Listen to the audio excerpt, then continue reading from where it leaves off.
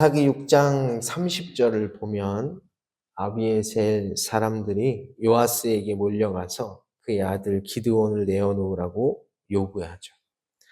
성읍 사람들이 요아스에게 이르되 네 아들을 끌어내라.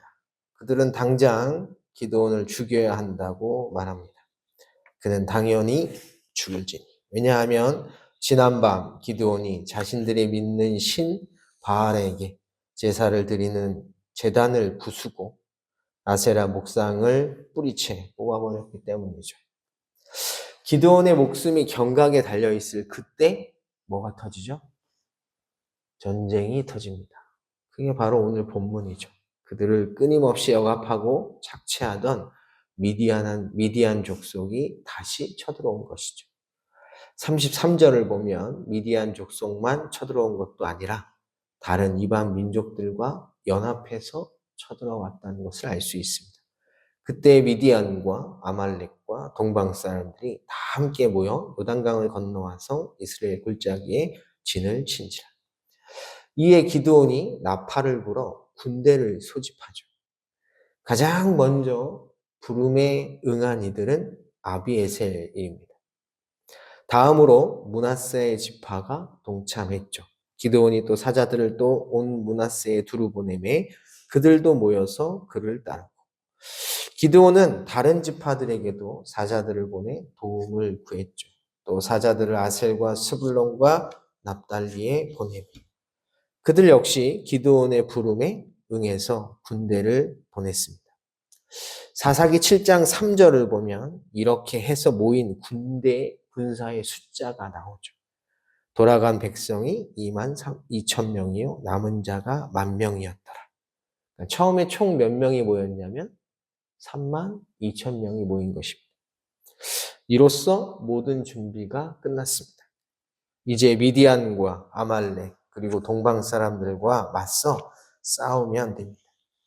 그런데 싸우러 가기 전 기드온이 뭐 하죠? 다시금 하나님께 표징을 구합니다. 내 손으로 이스라엘을 구원하시려거든 보소서, 내가 양털 한 뭉치를 타작마당에 두리니 만일 이슬이 양털에만 있고 주변 땅은 마르면 주께서 이미 말씀하신 같이 내 손으로 이스라엘을 구원하실 줄을 내가 알겠나이다. 이 말의 의미가 무엇입니까? 내가 양털 한 뭉치를 마당에 놓아둘 것인데 다음날 아침 이슬이 양털에만 내리면 내가 이 전쟁에서 승리한다는 것을 확실히 알겠다는 것입니다. 그렇게 기도를 마친 기드온은 다음날 아침 일찍 일어나 양털 뭉치를 확인하죠. 그리고 자신이 원한 징표를 자신의 눈으로 직접 확인합니다. 왜죠? 양털을 짰더니 물이 가득히 그릇을 채우고도 남았거든요. 하나님께서 그가 원한 그대로 확실한 증거를 보여주신 것입니다. 이제 기도는 어떻게 하면 되죠? 나가서 싸우면 되잖아요. 그렇게 원한 증거도 보여주셨으니까. 이 전쟁에서 승리한다는 분명하고도 확실한 징표를 얻었으니 나가서 싸우면 됩니다. 그런데 기도는 어떻게 하냐면 안타깝게도 그는 또다시 징표를 구하죠. 이번에는 반대로 구합니다. 원하건대 양털만 마르고 그 주변 땅에는 다 이슬이 있게 하옵소서. 놀라운 사실은 이 두 번째 징표를 구하는 기드온 스스로도 자신의 요구가 얼마나 부질없는 것인지를 알고 있다는 것입니다. 왜냐하면 또다시 징표를 구하는 자신에게 하나님이 진노하시면 어떨까? 어떻게 하지? 라고 두려워 떨고 있기 때문입니다. 주여 내게 노하지 마옵소서. 그럼에도 불구하고 두렵지만 그는 절박한 심정으로 두 번째 징표를 구합니다. 내가 이번만 말하리이다. 쉽게 말해 이런 것이죠. 하나님이 화내실 건 알지만, 그래서 두렵지만 제발 한번 다시 증거 좀 보여주세요. 참으로 안타깝고도 안타까운 장면이 아닐 수 없습니다. 그는 분명 하나님께서 자신의 손으로 이스라엘을 미디안에서 구원하실 것이라는 것을 알고 있습니다. 36절에 보면 기드온 스스로가 이렇게 말합니다. 기드온이 하나님께 여쭈되 주께서 이미 말씀하심 같이 내 손으로 이스라엘을 구원하시려거든. 그는 알고 있어요. 하나님이 자신의 손으로 이스라엘을 구원하실 거라는 것을. 37절에도 말하죠. 주께서 이미 말씀하심 같이 내 손으로 이스라엘을 구원하실 줄을. 하나님께서 하신 약속을 그는 알고 있습니다. 근데 뭐는 못하고 있어요? 믿지는 못하고 있어요. 알지만 믿지를 못해요. 그러니 증거를 보여달라고 떼를 쓰고 있는 것이죠. 놀라운 것은 그런 그의 요구를 하나님께서는 다 들어주신다는 것입니다. 첫 번째도 들어주셨고 두 번째도 들어주십니다. 그 밤에 하나님이 그대로 행하시니. 그런데 사실 기드온은 자신이 요구한 확실한 이 두 가지 증표를 눈으로 확인하기 전에 이미 전쟁에서 승리할 것이라는 징표를 받았습니다. 여러분은 그 징표가 무엇인지 혹시 알고 계세요? 이 두 가지 징표를 받기 전에 이미 그가 받은 징표는 34절에 나옵니다.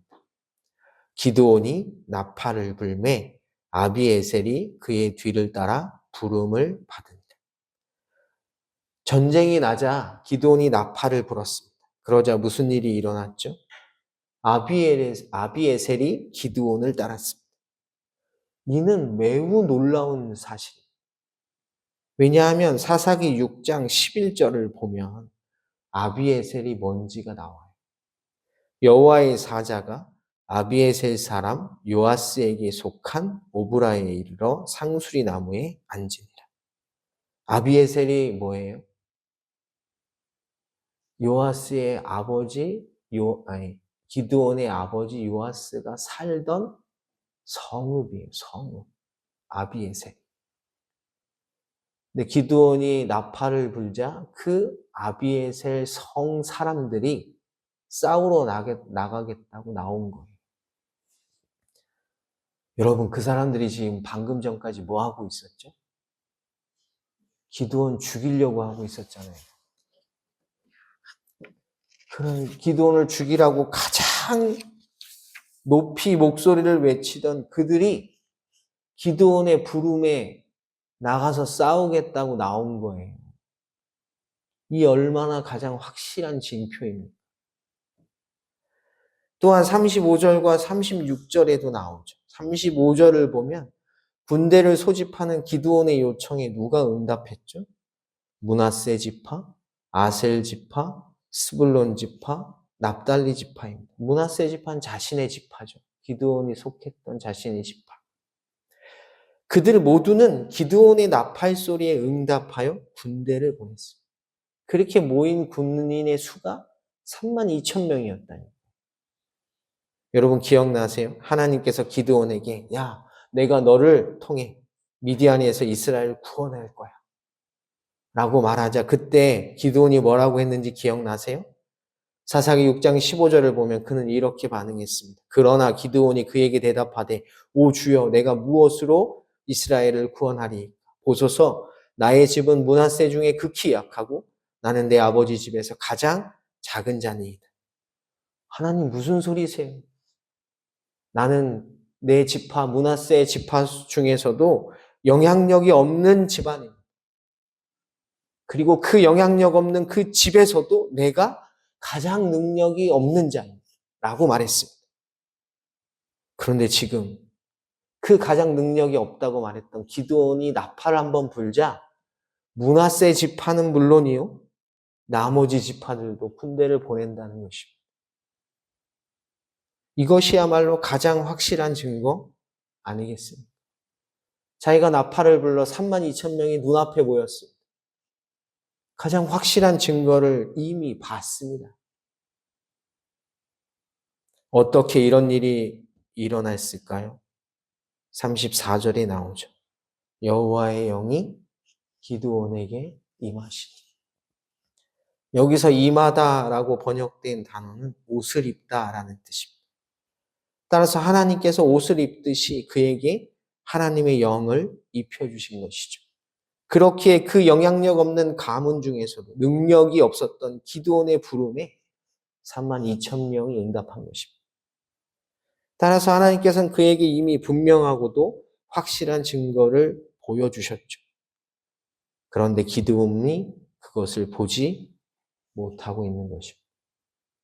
문제는 우리의 모습도 기드온과 별반 다르지 않다는 것입니다. 우리는 예수님을 구원자로 믿어 선물을 받았습니다. 뭘로 받았죠? 성령을 선물로 받았습니다.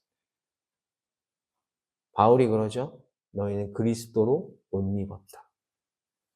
기드온이 성령을 옷 입었듯 우리도 그리스도로 옷 입었습니다.